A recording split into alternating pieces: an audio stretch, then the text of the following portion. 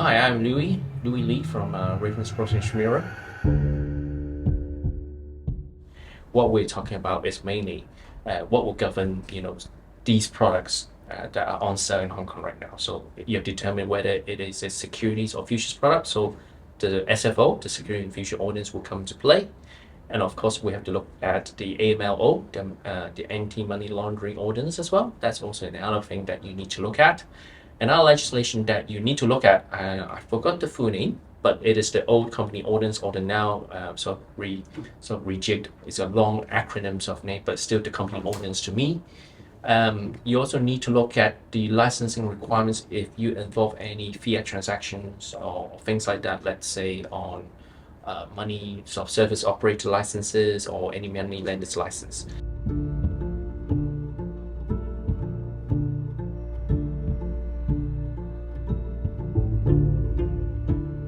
Yeah, at the moment, as you know, in Hong Kong, it's not fully regulated. There are certain like exchange platforms or certain players will be regulated. So if I'm in a regulator's shoes, I would always look for, a platform which is regulated.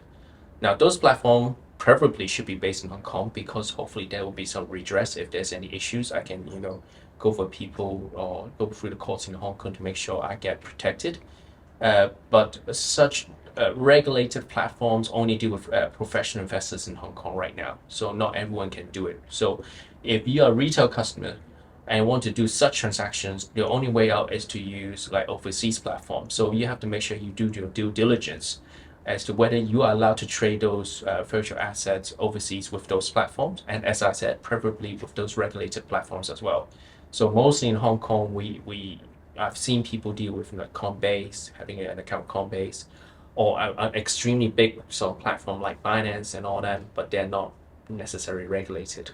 So there's different people going for different tastes. But always, if from a regulatory and compliance person, I always say only go for the platforms or deal with the people who are properly licensed. I think Hong Kong is a better place to conduct business. Hong Kong tends to on your from the very surfacing that we're very very strict with everything, which is true. But once you're in this jurisdiction, there's lots of things that you can do. And also in Hong Kong, although a lot of people think that Hong Kong is very restrictive in terms of what you do in terms of virtual assets, but right now in Hong Kong, we just need to do those 5 to 6 regulations in Hong Kong. That's about it. And once you're in, there's lots of products you can do. So if you're not falling within, let's say, securities and futures sort of products, you do not fall within any of those other licensing requirements, you're actually in a place where you can freely conduct such trades and such products without too much sort of worry about things. From my point of view, I'm more interested to make sure, let's say going forward, the authorities in Hong Kong have a good set of regulations set in place so that even for virtual assets, I think you should protect the consumers or the customers as much as you can. But at the moment, Hong Kong is pretty free in terms of what you can do unless you fall into those regulations that I mentioned before. Okay, and we were lucky enough to be involved in several of these like crypto-related applications in Hong Kong. One of them are the very first, for example, the first virtual asset trading platform in Hong Kong, and which got the approval last year. We're also being involved in another trading platform earlier this year who got the approval in principle from SFC. And we were also involved in a number of crypto-related funds, which got the approval from SFC to conduct 100% of to invest 100% of the assets in crypto. We're mainly involved from, let's say, preparing the application pack. This depends on customers, I must say, and what they require us to do. Of course, in terms of the trading platform, that's a much bigger entity. So there'll be different like consultants involved. But our role is mainly ranging from the preparation of an application pack to commenting or even drafting certain policies and procedures for them. Of course, there's something which is very specific, IT related, especially with the trading platforms. But we will work with our IT partners or with the IT people on the ground. They may draft the necessary policy procedures out, but we will also give some comments from a compliance and regulatory point of view as to where the pitfalls are, how to set the internal controls and what have you. So these are more like drafting skills, but of course we are also heavily involved in, let's say, depending on the client as well. We also help out, in terms of dealing with the SFC inquiries, dealing with, let's say, FCC demos on certain systems, and generally helping the client out in terms of the internal sort of project arrangement as well, because there's some projects that we act as the project manager as a whole, because they probably have no experience in handling all these stuffs. But these are more like the trading platforms. Yes, that's a very interesting question, especially considering the current turmoil, be it from the traditional finance side, also in the crypto world.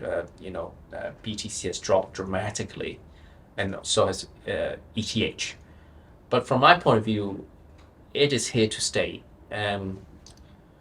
There are certain value that we see not only in the two most popular sort of crypto sort of tokens or cryptocurrency that you're talking about. Those are attracting the most attention, obviously. But if you analyze deep down what they bring to traditional economy and also creating its own new economy, so to speak, you realize that it is here to stay. It's serving its purpose. It's creating less friction amongst the traditional financial world, and it's actually improving the whole process in terms of how traditional finance are conducted. Of course, I think traditional finance are also here to stay. But what the new virtual assets or the process which is developing over there is challenging the traditional guys.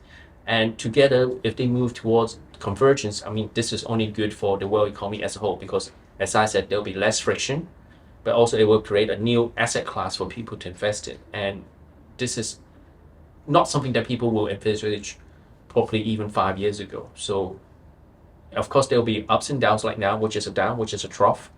But I don't think it is going away, because there is a genuine usage and it became a genuine sort of asset class to invest in. So how can we help? So we assisted a lot of these crypto players in terms of the preparation of your application pack. But even before that, we normally come in to prepare an applicant or potential applicant. We will assess their eligibility, not only from a human resources point of view, but also from an operational point of view, whether you're ready to go in front of the SFC. Because once you're inside the SFC application process, you're under scrutiny. You're being scrutinized about your processes. So I do not want anyone or any of my clients or potential clients going to SFC without any preparation. So we have to prepare your ROs, make sure your responsible officer has the necessary experience. We look at your processes, make sure it's there or thereabouts, at least the SFC will be satisfied on. Once that is done, in terms of preparation, we will also have to liaise with SFC if required, as to discuss with them a potential new applicant coming in, especially with a trading platform. We like to give them a heads up early as to what they may be potentially dealing with. Crypto funds, depending on the strategy as well, it may be useful for any new applicant to consider to approach SFC early to discuss their fund strategy, especially the complex one, the less complex one, the index tracking, less so. So it's just literally just giving them feedback, as if doing an early assessment as a or as an ex-regulator, telling them what we expect and what they expect to face, and hopefully we have prepared them accordingly before they go in front of the regulator. Just speaking, in front of with the camera saying Schmierer is hard, but talking to you is just saying it's easier. Yeah. The camera always brings. The tongue's not tied. It's the much pressure that it has. Is it the light? I think I blame on the light.